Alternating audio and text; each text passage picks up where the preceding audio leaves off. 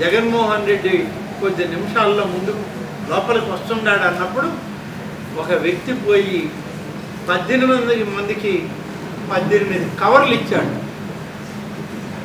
జగన్మోహన్ రెడ్డి వస్తున్నాడు, మీకంతా పరామర్శిస్తున్నాడు, మీరందరూ చెప్పండి, తెలుగుదేశం మీద చెప్పండి, చంద్రబాబు నాయుడు మీద మీరందరూ కూడా మీ బాధను చెప్పండి అని చెప్పి కవర్లు ఇచ్చినటువంటి వ్యక్తి.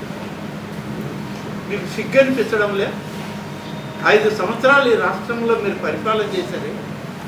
ఒక సంఘటన జరిగితే పేషెంట్లు ఒక పక్క బాధల్లో ఉంటే పరామర్శకు పోయి మా నాయకుడు వస్తున్నాడు, ప్రభుత్వం పైన ముఖ్యమంత్రి పైన మీరు అసత్యాలు ఆరోపణలు చేయండి అని చెప్పి కవర్లు ఇచ్చి వస్తారా? మీ దుష్ట చతుష్టయంలో ఒక సభ్యుడు, మీకు సిగ్గు అనిపించడం లేదా? ఇంకా నువ్వు ఆ దుష్ట చతుష్టయాన్ని పెట్టుకుని ఊరేగుతున్నావా?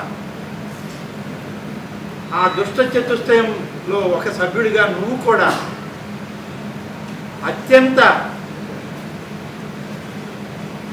నీచ స్థితికి దిగజారేవని చెప్పడానికి ఇది ఒక నిదర్శనం. ఆసుపత్రిలో ఉన్నటువంటి సీసీ కెమెరాల్లో నువ్వు తెల్ల కవర్లు ఇచ్చినటువంటిది రికార్డ్ అయి ఉంది. 18 మందిని నీ అనుయాయుడు కలవడం, ముఖ్యమంత్రికి వ్యతిరేకంగా ఆరోపణలు చేయండి అని చెప్పి చెప్పడం, ఈ 18 కవర్లు ఇచ్చిన సంఘటన అక్కడ పనిచేసేటువంటి సామాన్య డాక్టర్లు నర్సులు కూడా చెప్పడం జరుగుతుంది. ఏమి జీవితాలు అయ్యాము ఈ సమాజంలో, ఈ మానవ సమాజంలో ఉండదగ్గ వాళ్ళ మీరు? మృగాల మధ్య పెరగాల్సినటువంటి మీరు ఇవాళ ఈ రాష్ట్ర ప్రజల కర్మగాలి దుష్ట చతుష్టయంగా ఈ సమాజంలో తిరుగుతున్నారు. ఇంత దారుణమా మీ పని? ఒక పక్కన చనిపోయిన శవాలు, ఒక పక్కన